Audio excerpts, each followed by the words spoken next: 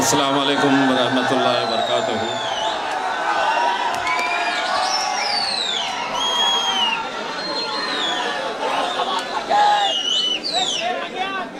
इससे पहले कि मैं अपनी तकरीर शुरू करूं, आज कुछ हिसाब चुकाना है।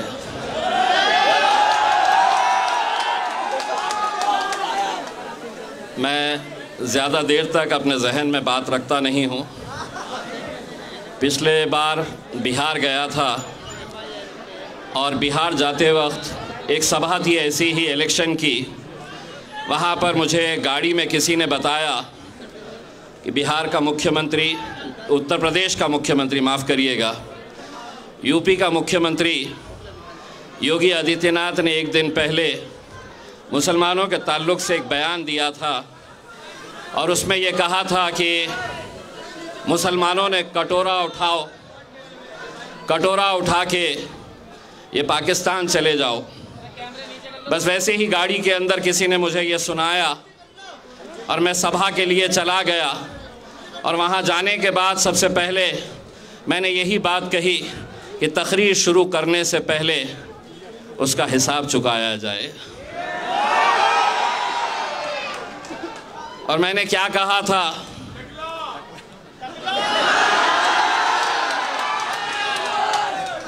ये भी थोड़ा महज़्ज़ब तरीक़े से आपने बोले हैं। मैंने उसको अपने अंदाज में ये कहा था कि कान खोल के सुन ले, ये मुल्क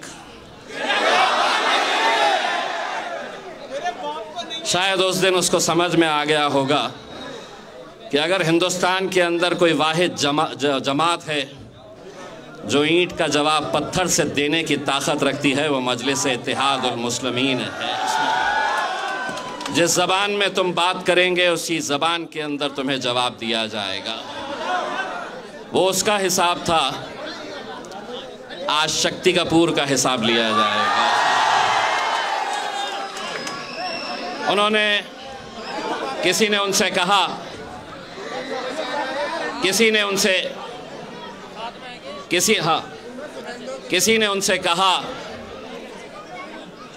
कि इम्तियाज़ जलील आपके बारे में ये कह रहा था कि आम आदमी पार्टी को वोट देने का मतलब ये है कि आरएसएस को वोट देने के बराबर है। तो उन्होंने बड़े ही तंज़िया लहजे में जवाब देते हुए ये कहा कि किसके बारे में बात कर रहे हैं, वो तो हार चुके हैं। मैं आपको एक बात बताना चाहता हूँ अमानत भाई, अल्लाह को तकब्बुर पसंद नहीं है। और अगर आपका ईमान के ऊपर यकीन है तो एक बात ये भी समझ लीजिएगा कि तो इज़्ज़ु मन तशा व तज़िल्लु मन तशा, इज़्ज़त का और ज़िल्लत का देने वाला खुदा है। शायद आपको इस बात का भी अंदाज़ा हुआ होगा कि जिस दिन मैं हारा था उस दिन जीतने वालों से ज़्यादा चर्चे इस हारने वाले के चर्चे थे। ठीक है, गिरे हैं, फिर उठेंगे, फिर लड़ेंगे, फिर जीतेंगे। एक बात आपने ये भी सुनी होगी, गिरते हैं शहसवार ही मैदान जंग में, वो तिफ़्ल क्या गिरे जो घुटनों के बल चले। अमानत भाई, यकीनन मुझ में और आप में क्या फ़र्क है आप जानते हैं। फ़र्क सिर्फ इतना है कि ज़रूरत पड़ी तो आप घुटनों पे आ जाएंगे। इम्तियाज़ जलील असदुद्दीन अवैसी कभी घुटनों के ऊपर नहीं आएंगे। हम में और आप में सिर्फ इतना फ़र्क है। यकीनन अमानत भाई, इस इलाक़े के लोगों ने आपको वोट दिया, आप जीत कर आए, यकीनन आप जीते हैं और हम आप इसकी भी मुबारकबाद आपको देते हैं। लेकिन ये जो इलेक्शन है, थोड़ा नीचे कर लीजिएगा, थोड़ा नीचे कर लीजिएगा।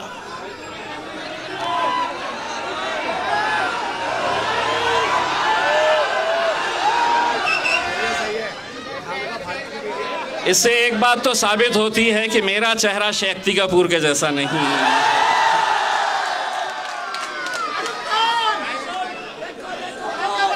तो आप जीते, लेकिन ये इलेक्शन आपकी, कल एक मैं तकरीर सुन रहा था जिसके अंदर आपने अपने बारे में बताया और मेरे क़ायद बैरिस्टर असदुद्दीन अवैसी साहब के बारे में जिस लहजे का आपने इस्तेमाल किया। ये इलेक्शन के अंदर मजलिस इत्तेहादुल मुस्लिमीन अगर चाहती तो हम 20 सीटें लड़ सकते थे, 40 लड़ सकते थे, 50 लड़ सकते थे, लेकिन हमने सिर्फ 2 ही सीटें लड़ने का फ़ैसला किया और उसमें एक सीट यहाँ की ओखला की शिफा भाई की सीट थी। अमानत भाई, मैं दिल्ली का जिम्मेदार हूँ, असद भाई इतना यकीन रखते हैं। मैं आपको आज एक बात पूरी ईमानदारी के साथ कहना चाहता हूँ। शिफा भाई को मैंने कभी देखा नहीं हूँ, मैं कभी उनसे बात नहीं किया, ना कभी मेरी गुफ्तगू हुई, ना मैंने उनके साथ फ़ोन के ऊपर बात किया। आज एक सियासतदान नहीं, एक दीवाना, एक जुनूनी, एक अपनी कौम से मोहब्बत करने वाला महमूद हमारे साथ जुड़ा है। आज आपको मैं बताना चाहता हूं, अगर शिफा भाई अगर हमारे उम्मीदवार नहीं रहते तो मजलिस इस महमूद को टिकट देने वाली थी। महमूद इलेक्शन लड़ने वाला था हमारी तरफ से। पूरी दिल्ली की यूनिट, शोएब भाई हो, हमारे भूरे भाई हो, पूरे लोगों ने मुझे मनवाया था। लेकिन महमूद भाई, जब शिफा और रहमान के 2 बच्चों की तस्वीर हमारे सामने आई, उस दिन हमने ये फैसला किया कि हम इन 2 मासूम बच्चों के लिए खड़े रहेंगे, पूरी ताकत के साथ खड़े रहेंगे। नूरीन भाभी के लिए, जो अपने शौहर को पिछले 5 साल से जेल के सलाखों के पीछे देख रही है, हम उनके लिए खड़े रहेंगे। हमने ये फैसला किया और आप हम पर इल्ज़ाम लगा रहे हैं, आप हम पर ये इल्ज़ाम लगा कर कह रहे हैं हम वोट काटने के लिए आए हैं। तो अमानत भाई, एक बात ये भी आप अच्छी तरह से सुन ले, अगर आप आम आदमी पार्टी के अंदर रहते या किसी और पार्टी के अंदर रहते और बिना वजह आपके ऊपर UAPA लगाया गया होता तो यकीन मानिए हम पार्टी को दरकिनार करते, आपके खिलाफ भी उम्मीदवार हम खड़ा नहीं करते, क्योंकि आप का और हमारा, ठीक है आप अलग अलग पार्टियों के अंदर हम रहेंगे, जमहूरियत है, कोई अलग अलग पार्टियों में रह सकता है, लेकिन अमानत भाई, मेरा और आपका एक और रिश्ता भी है और वो कलमे का रिश्ता है।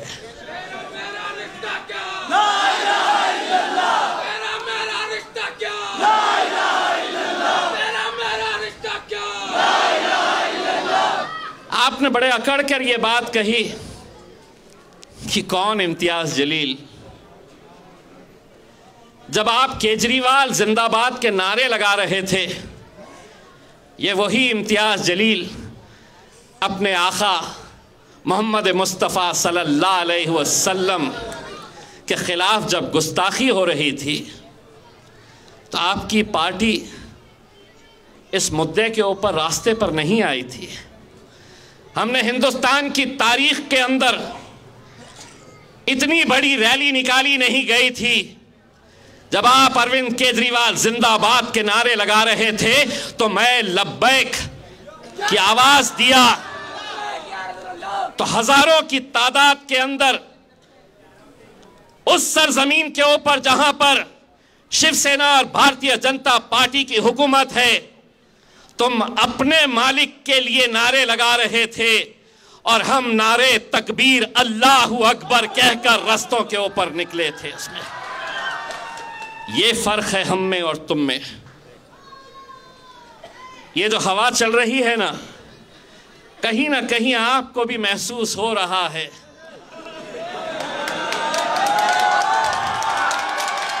कहीं ना कहीं आपको भी ये डर सता रहा है कि रुख बदल रही है हवा। देखिए, मेरी एक बहन है जो कांग्रेस पार्टी की उम्मीदवार है, उनका भी एक बयान सुना कि शिफा भाई मेरे भाई जैसे हैं, नूरीन भाभी से मेरे बहुत अच्छे रिश्ते हैं, लेकिन MIM जो आई है वो वोट काटने के लिए मेरी बहन, भाई बहन के रिश्ते को अगर सही मानों में आप समझती है तो जिस तरह महमूद हमारे साथ आया है, आप भी ऐलान कर दीजिएगा, आप भी ऐलान कर दीजिएगा। इलेक्शन आएंगे, इलेक्शन जाएंगे, कोई हारेगा कोई जीतेगा, लेकिन बहन हिंदुस्तान के अंदर मिसाल कायम कर दीजिएगा कि एक बहन अपने भाई के लिए कुर्सी को ठोकर मार सकती है करके। उसमें आ जाइए, मैं आपको भी दावत दे रहा हूं। जिस तरह ये यहां की आवाम ने आज तय किया है कि हमने इतने साल सबको आजमाया है, लेकिन इस बार मजलिस इत्तेहादुल मुस्लिमीन को इस वजह से आप साथ दे रहे हैं क्योंकि हमने एक मजलूम इंसान जो जेल के अंदर कैद है, उसकी बेल नहीं हो रही, सुनवाई नहीं होती, कानून क्या अलग अलग बना हुआ है इस देश के अंदर। हम ये सवाल नरेंद्र मोदी से पूछना चाहते हैं, अमित शाह से पूछना चाहते हैं, कितने साल तक तुम एक इंसान को जेल के अंदर कैद रखेंगे? अगर दोषी है तो बताओ, लेकिन आज तो सिर्फ एक आरोप लगा हुआ है, आरोप के ऊपर इतना बवाल मचा हुआ है। मचाने वाले कौन है?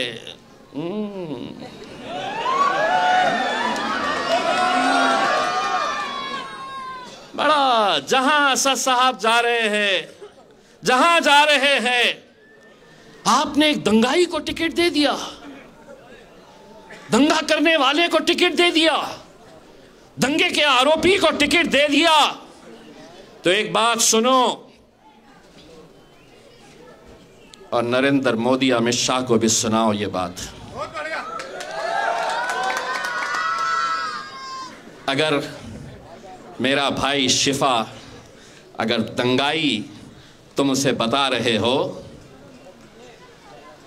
तो जिस पार्लियामेंट के अंदर इम्तियाज जलील को बैरिस्टर असदुद्दीन अवैसी साहब के बाजू बैठने का शर्फ हासिल हुआ था, उसी पार्लियामेंट के अंदर हमने दहशत गर्दों को भी बैठे हुए देखा है। दहशत गर्दों को हमने देखा है, लेकिन उनके लिए कानून अलग, हमारे लिए कानून अलग। लेकिन हम बोलेंगे, हम लड़ेंगे, और ये इलेक्शन ओखला की आवाम का इलेक्शन है मेरे भाई। अगर मैं ये कह रहा हूं कि उम्मीदवार यहां पर आपके बीच में नहीं है, इंशाअल्लाह दुआ करिए, दुआ करिएगा कि उन्हें बेल के ऊपर, पैरोल के ऊपर अदालत रिहा कर दे। अगर वो पैरोल के ऊपर आ जाते हैं तो अमानत भाई उसी दिन अपना डब्बा बंद करके कश्मीर निकल जाइए, टहलने के लिए चले जाइए। वैसे भी बहुत बना लिए है, सुना आपने, रखने के लिए जगह तो नहीं होंगी तो थोड़ा खर्च करके आ जाइए। लेकिन मेरे भाई, ये इलेक्शन आप लोगों को लड़ना है, भूल जाना है। अगले कुछ दिनों तक हर शख्स अपना नाम यहां पर, हर शख्स का नाम यहां पर क्या होगा? मैं हूं शिफा रहमान। आपको अपना नाम तब्दील करके यह समझकर इलेक्शन लड़ना है कि मैं इलेक्शन लड़ रहा हूं। और यकीन मानिए, ये लोगों को बड़ा शौक आता है, बड़ा शौक होता है कि पकड़ो इन्हें, डालो जेल में, पकड़ो इन्हें, डालो जेल में। इंतजार करते रहते हैं कि कब आएगा, किसको हम लपेटेंगे, किसको डालेंगे। ये तो वैसे भी इंतजार करते रहते हैं कि कब हमारे मुंह से कुछ निकले, अगले दिन दनादन चलाए ब्रेकिंग न्यूज, ब्रेकिंग न्यूज। अब एक बात सुनो, इनके साथ ऐसा रिश्ता हो गया है हमारा, हम इशारों इशारों में बात करते हैं और ये समझ जाते हैं हम क्या बोल रहे हैं करके। उसमें एक सभा के अंदर हमने इशारों इशारों के अंदर सिर्फ इनको परेशान करने के लिए बोल दिया कि देखो तुमको क्या करना है, चीपो चीपो चीपो। पूरी रात भर वहां की पुलिस और मीडिया वाले रिवाइंड कर करके देख रहे चीपों का मतलब क्या है, चीपों का मतलब क्या है। असद भाई बोले मियाँ तुमने अपने तकरीर में क्या बोल डाले, सब लोग परेशान हो रहे ना, चीपों चीपों क्या है। मैं बोला कुछ भी नहीं है, इनको परेशान कर रहा था साहब सिर्फ। उसमें पुलिस ढूंढ रही कि ये ची का मतलब क्या है, पौ का मतलब क्या है। कुछ नहीं है, खेलते रहो। हमको इशारों इशारों में जो भी बोलना है, क्योंकि हम अब आधा बोलते हैं, आधा ये बोलते हैं उसमें। जैसा हमने शुरुआत के अंदर बोले, अगर इम्तियाज जलील को इन्हें डालना है तो ये बोल सकते हैं कि उसने है तो अमित शाह को और नरेंद्र मोदी को बोला कि ये मुल्क तुम्हारे। अब ये बोलेंगे कैसा डालते, मैं तो आधा ही बोला, ये मुल्क तुम्हारे, ये मुल्क तुम्हारे। अब क्या मिलता, इसको बोलते बाबा जी का ठुल्लू, कुछ नहीं होता। हम बहुत होशियार हो चुके हैं।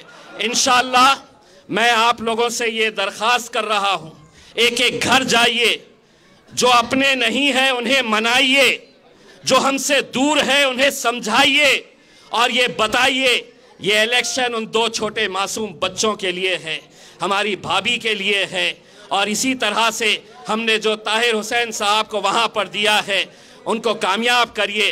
हिंदुस्तान का मुसलमान, हिंदुस्तान का मुसलमान आज टुकटुकी लगाए हुए इस ओखला की कॉन्स्टिट्यूएंसी के ऊपर नजर गाड़े हुए है।